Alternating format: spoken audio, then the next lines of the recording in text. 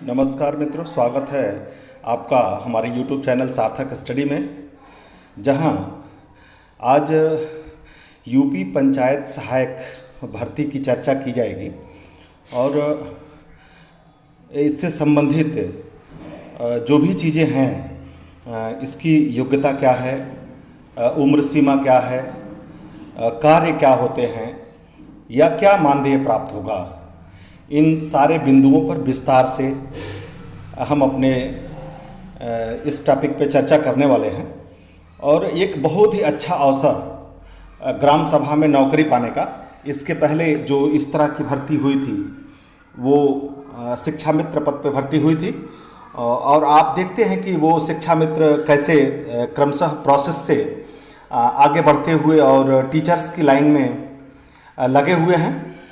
साथियों, उत्तर प्रदेश सरकार के एम्प्लॉयमेंट का कोई भी इस तरह का जो स्कीम होता है, उसका फ़ायदा या नुकसान तत्काल पता नहीं चलता है। उस पद के कार्य क्या क्या हैं या क्या उस पद की अहमियत है या कितनी आवश्यकता हमारे समाज में उस पद की है, इस पे डिपेंड करता है कि उसकी लाइफ क्या होगी। इसलिए जो भी मित्र इस पंचायत सहायक भर्ती की योग्यता को पूरा करने वाले हैं वो या पूरा करते हों, वो निश्चित इस परीक्षा फॉर्म को अप्लाई करें। एक अच्छा प्लेटफॉर्म रोजगार का उत्तर प्रदेश सरकार द्वारा है, और बिना स्किप किए वीडियो को, पूरी वीडियो आप देखेंगे तो आपको सारी चीज़ों का पता चल जाएगा। मित्रों, मैं बिना लेट किए इस वीडियो को शुरू करता हूं, जिसमें कुल टोटल 58,000 पदों पर भर्ती होनी है। और क्रमवार इसको हम देखते हैं। जैसे सबसे पहले हम उम्र सीमा देखते हैं। तो उम्र सीमा क्या है, आप यहाँ पे देख सकते हैं उम्र सीमा वाले कॉलम में कि उम्मीदवारों की आयु 1 जुलाई 2021 को, कब कह रहे हैं ये 1 जुलाई 2021 को, आपको गणना करते समय ये ध्यान रखना होगा कि 1 जुलाई 2021 को निकालना है। कितना होना चाहिए? 18 वर्ष से कम और 40 वर्ष से अधिक नहीं होनी चाहिए।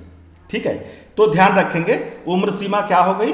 तो उम्र सीमा हो गई 18 वर्ष से 40 वर्ष।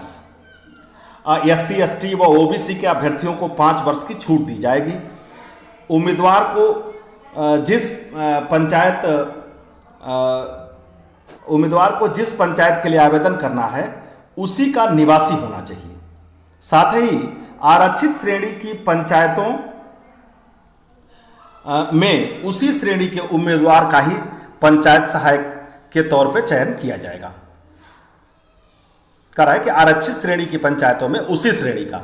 मित्रों, यहां समझने वाली बात है, थोड़ी सी यहां समझने वाली बात है कि आरक्षित श्रेणी की पंचायतों में उसी श्रेणी का उम्मीदवार का ही पंचायत सहायक के तौर पे चयन किया जाएगा। यानी मित्रों, कहने का अर्थ यह हो गया कि जहां पंचायत का इलेक्शन आरक्षित था, चाहे वो ओबीसी के लिए आरक्षित था या SC, ST के लिए आरक्षित था, वहां उसी श्रेणी का उम्मीदवार होगा। तो एक चीज तो तय हो गई कि जो पंचायतें आरक्षित सीटें थी जिन पंचायतों में, वहां आरक्षित श्रेणी के ही उम्मीदवार पात्र होंगे इस आवेदन को भरने के लिए। और जहां सामान्य सीट है वहां सभी लोग पात्र होंगे, चाहे वो आरक्षित श्रेणी में आते हों चाहे वो आरक्षित श्रेणी में नहीं आते हों। मित्रों, बढ़ते हैं नेक्स्ट टॉपिक की तरफ।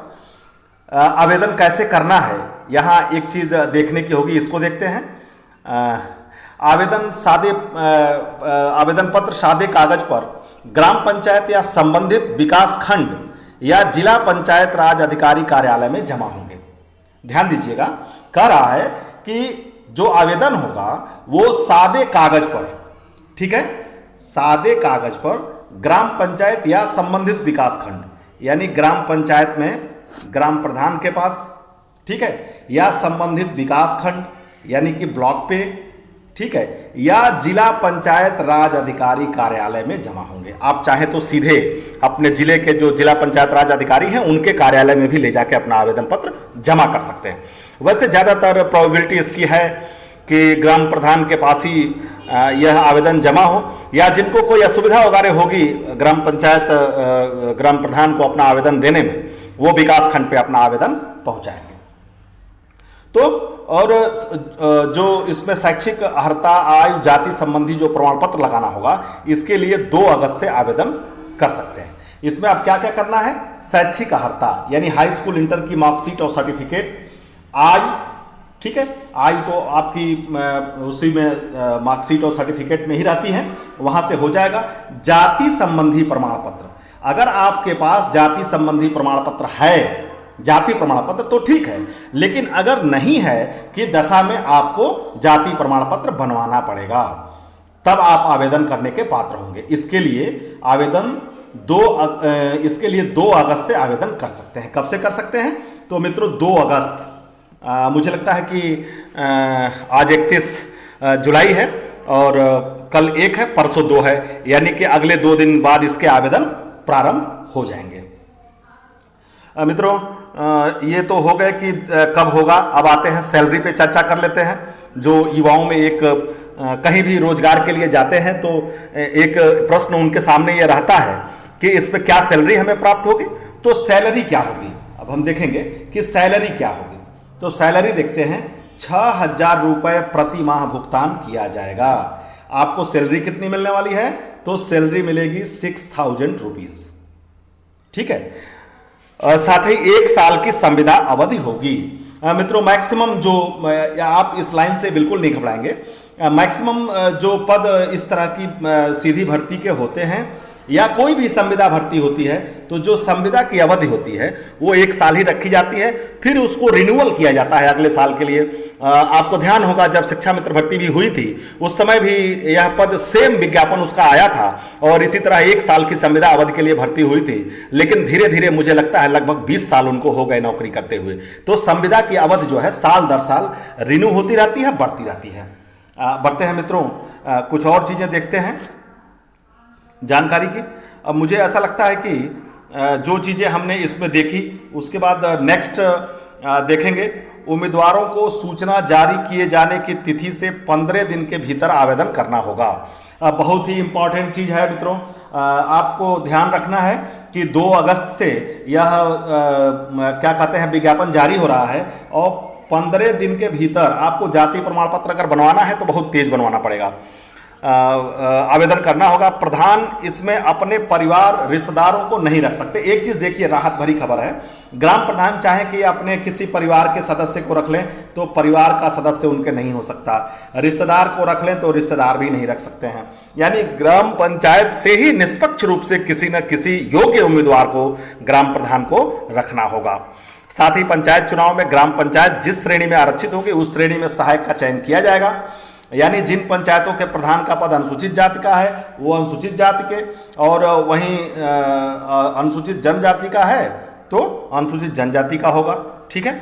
इसके बाद नेक्स्ट हम देखते हैं, नेक्स्ट हमने देखना है तो नेक्स्ट पे आते हैं।